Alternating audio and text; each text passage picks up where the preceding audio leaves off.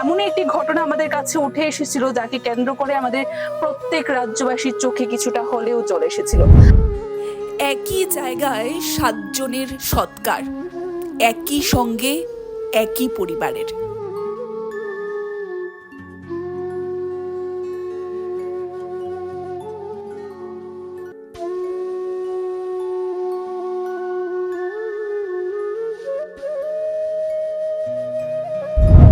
সরকারের কাছে আমি দাবি চাই, আমাকে যেন থাকার জন্য জায়গা ব্যবস্থা করে দেওয়ার জন্য আমি চাই।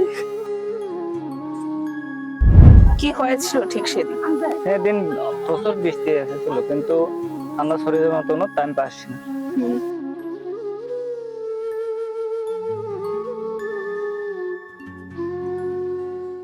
নমস্কার, স্বাগত আপনাদের ত্রিপুরা নিউজ 8 এর পর্দায়। আমি আপনাদের সাথে রয়েছি পূজা।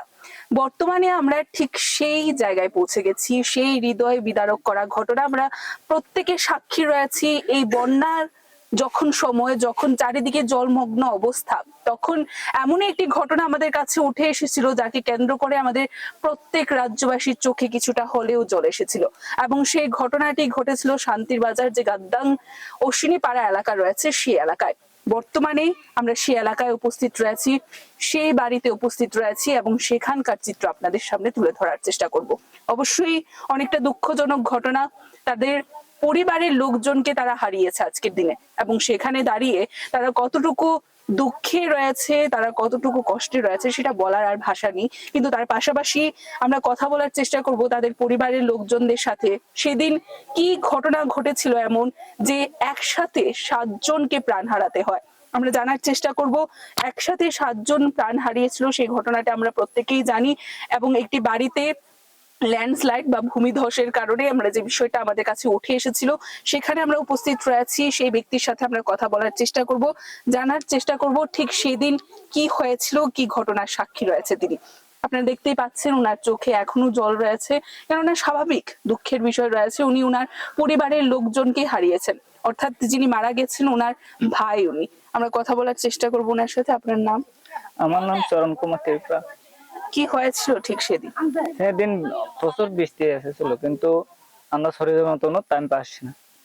যাওয়ার অনেক চেষ্টা করছি, কিন্তু সময় পাইছি না, বাড়িতে পাচ্ছি না ঘর। তারপরে তবু বৃষ্টিতে ভিজে আমরা বাইরে হবো মনে করি, চেষ্টা করছি। বাতি জ্বালাবো বলে আমি গ্যাস লাইট একটা আছে আমার পাশে, এটা তো গেছিলাম, তখনই সেই সময় আইয়া আটকা হয়ে গেছে। আর কিছু টের পেলাম না। হঠাৎ করে, অর্থাৎ রাত্রেবেলা? রাত্রেবেলা কটা বাজতে পারে? 11:30। আপনি বাড়িতেই ছিলেন? হ্যাঁ, আমি বাড়িতে ছিলাম। কোন ঘরটিতে আপনি ছিলেন? আমি ওই উপরে ঘরে, ওই যে এখানে তো এখনো ঘর তোর কিছু চিহ্ন ভিন্ন নাই, সব তো মাটি। এই সেখানে উপরের ঘরটাতে কারা কারা মারা যান একটু জানতে চাইবো। আপনার কে হয়? আমার 3টা ছেলে, আর বড় ছেলের বউ আর নাতনি একটা। সবাই এই ঘরে থাকতো? না, তারা থাকে, আমরা থাকে ওই সেই ঘরে, উপরে ঘরে। হ্যাঁ, তারা আমরা সেখানে 3টা ঘর আছে, এই সেখানে থাকে। মনে হয়েছিল কি যে এই ধস হতে পারে বা ভূমি ভেঙে পড়তে পারে, এরকম কিছু আশঙ্কা ছিল কি? এরকম তো আশঙ্কা পাই না আমরা, কিন্তু এখানে আমরা বসবাস করে অনেক দিন যাবত জীবন। আচ্ছা, তাই মনে করছে এতদিন তো, এত বছর ধরে কত বৃষ্টি বাদল অনেক কিছু আইসি, কিছু হয়েছে না, তাই এত আমরা ধারণা করতে পারি না এরকম হইব যে। ওই দিন ঘটনা ঘটার পর আপনাদের সাথে কেউ কথা বলতে এসেছিল প্রশাসনের তরফ থেকে, সরকারের তরফ থেকে? প্রশাসনের রাত্রে তো আর কোনো কেউ আসেনি, পরের দিন সকালে আসে। আচ্ছা, কথা বলে যায়? হ্যাঁ, কথা বলে। কি আশ্বাস দেয় আপনাদের পাশে থাকবে?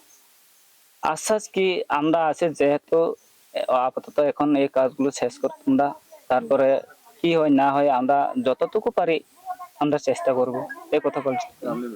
সেদিন, অর্থাৎ সেদিনই তাদের শেষ কার্য হয় নাকি পরের দিন শেষ কার্য?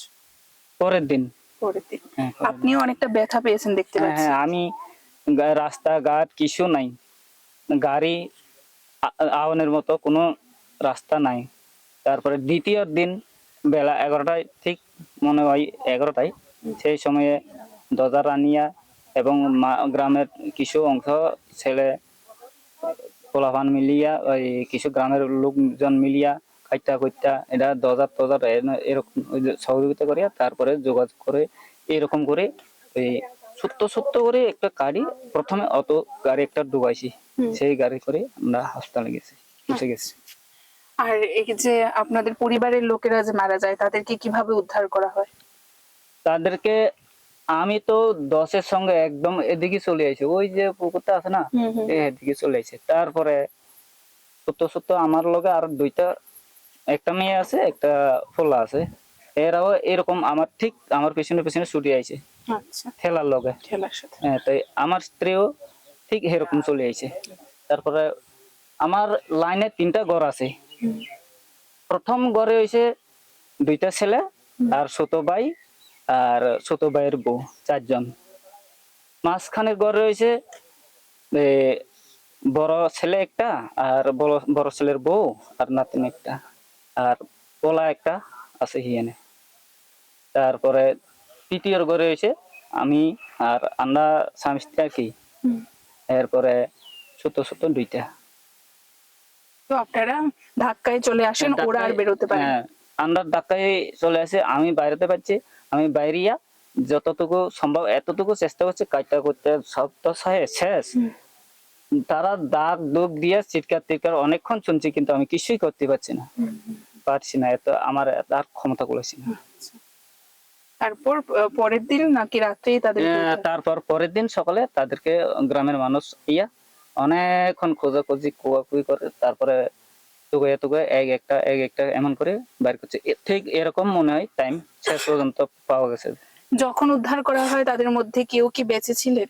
না না, কেউ বেঁচে নাই। এখন সরকারের কাছে কোনো দাবি থাকবে আপনাদের? সরকারের কাছে দাবি আসে অবশ্যই, যেহেতু আমরা তো এইরকম অবস্থা, এখানে তো আর কোনো থাকার মতো সুবিধা নাই। কিরকম করে থাকবো, কেমন করে ঘর টর বানবো, এটা তো কোনো প্রশ্নই আসে না। থাকবো কোথায়, যাইবো কোথায়, আর তো কিছু নাই, সব যা আছে এই টুকটাক আছে সবই শেষ। এখানে তো ঘর বাড়ি করার মতো আর সম্ভব না।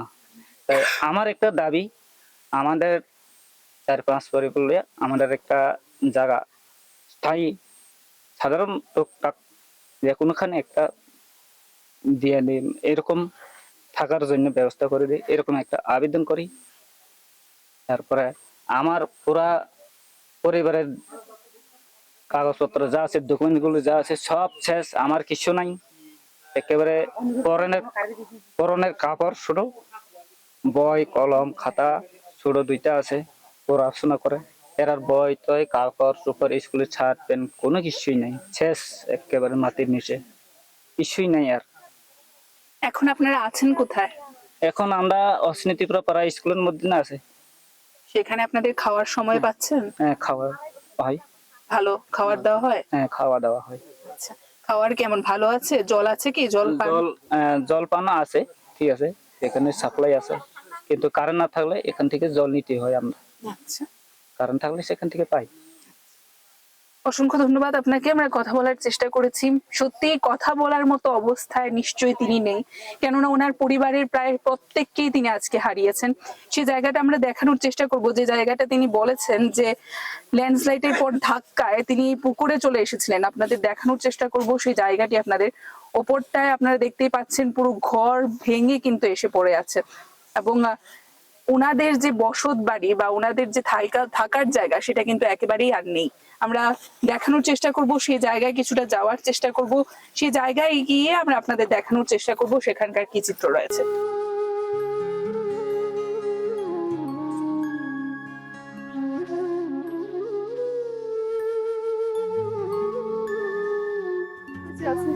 বাবার কাছে কোনো হাতিয়ার নাই, হাত দিয়ে ছিঁড়ে ছিঁড়ে আমার জীবন বাঁচাইছে।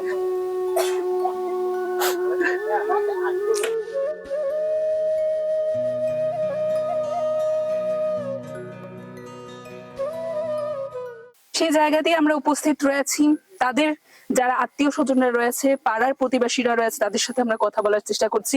দাদা, আপনার নাম? আমার নাম গুরকৃষ্ণ ত্রিপুরা, আমার বাবার নাম ছিল মনোরঞ্জন ত্রিপুরা, মার নাম ছিল কর্মতী ত্রিপুরা। আমার যেটা মারা গেছে এটা কলকাতা বিয়ের কমপ্লিট করে আছে, এটার নাম ছিল উমাচরণ ত্রিপুরা, তার বোন নাম ছিল ইয়া মন্দিরা ত্রিপুরা। তাই না দুইজন বিয়ের কমপ্লিট করে আছে। তারপরে এই 16 তারিখ না 17 তারিখ যাই আবার ইন্টারভিউ দিয়ে আছে। গর্ভবতী মহিলা ছিল একজন। 3 মাস। আচ্ছা। তারপরে আমার বড় ভাই চরণ ত্রিপুরা, তার ছেলে 3 জন, বড় পলার বউ 1 জন, তার নাতিন 1 জন, মেয়ে মারা গেছে এখানে এই জায়গাতে, এই 3টা ঘরেতে।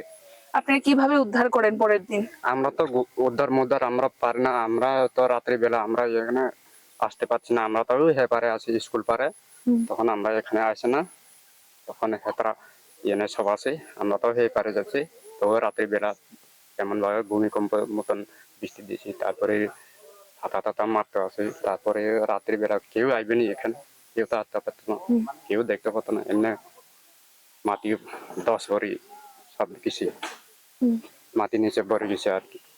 তারপর সকালে উদ্ধার করেন আপনারা? তারপরে সকালে যা দেখছি, তারপরে মানুষের দেখি, তারপরে একজন উদ্ধার করছি। তারপরে এই 3টা ঘরের মধ্যে এখানে পাইছি 2 জন, ওই এখানে পাইছি 3 জন, তারপরে ওই এখানে পাইছি 2 জন ইয়ার কি।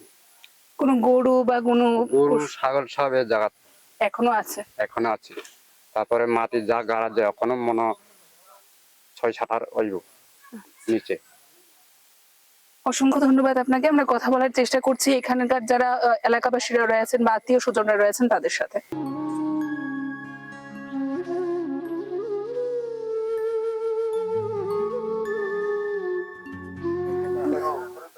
যাদের পরিবারের লোকজন রয়েছে তাদের কতটুকু কষ্ট সেটা আর বলার ভাষা রাখে না।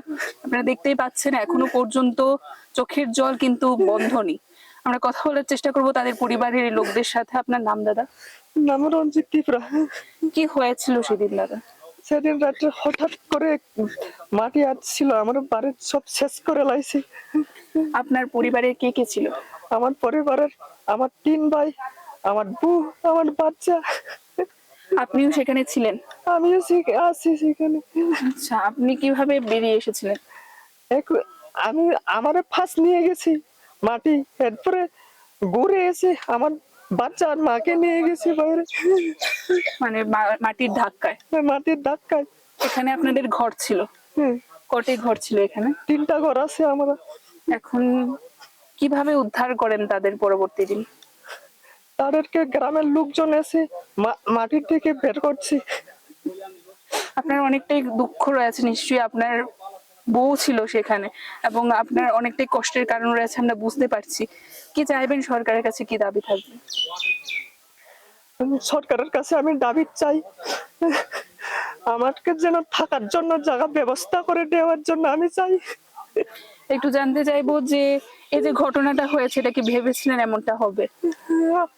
আমার কিছু এইভাবে সম্ভাবনা ভাবছিলাম না। তারপর এখন আপনারা কি কোথায় থাকছেন, কি করছেন? আমরা এখন স্কুলে থাকি। আর এখানে আর কিছু আছে কি আপনাদের ঘরের নিচে? এখানে আছে আমার টাকা পয়সা সব জিনিস আছে, এখনো পাওয়া যায়নি। এখনো পাওয়া যায়নি? আপনারা কি খুঁজেছিলেন? খুঁজেছিল, আমি এখনো খুঁজেছি, কিছু পাই না। কিছু পাচ্ছেন না? এখানে আপনাদের গবাদি পশু ছিল?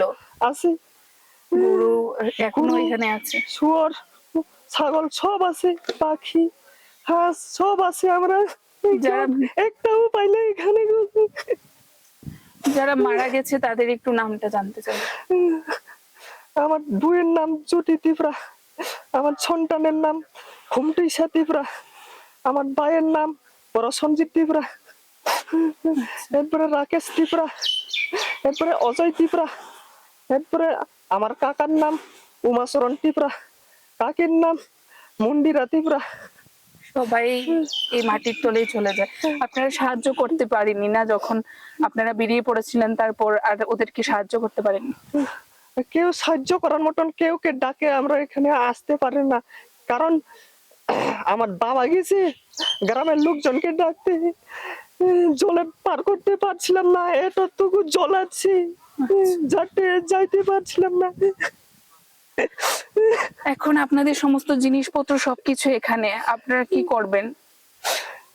সেটা আমি সরকারের থেকে দাবি চাই, যাতে আমার থাকার জন্য জায়গা ব্যবস্থা করে দেওয়ার জন্য, জিনিসপত্র দেওয়ার জন্য আমি দাবি করব। দাবি করবো। অসংখ্য ধন্যবাদ আপনাকে।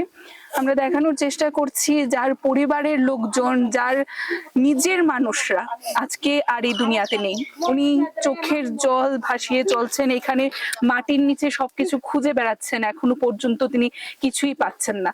ওনার জিনিসপত্র, ওনার টাকা পয়সা, ওনার এতদিনের কামানো যে অর্থ রয়েছে, কিছুই তিনি আর পাচ্ছেন না। অর্থাৎ রীতিমতো আজকের দিনে তারা সর্বশান্ত অবস্থায় রয়েছে, এবং আমরা অনুরোধ করব সরকারের কাছে তাদের এই দুঃখের সময় যেন তাদের পাশে দাঁড়ায় রাজ্য সরকার।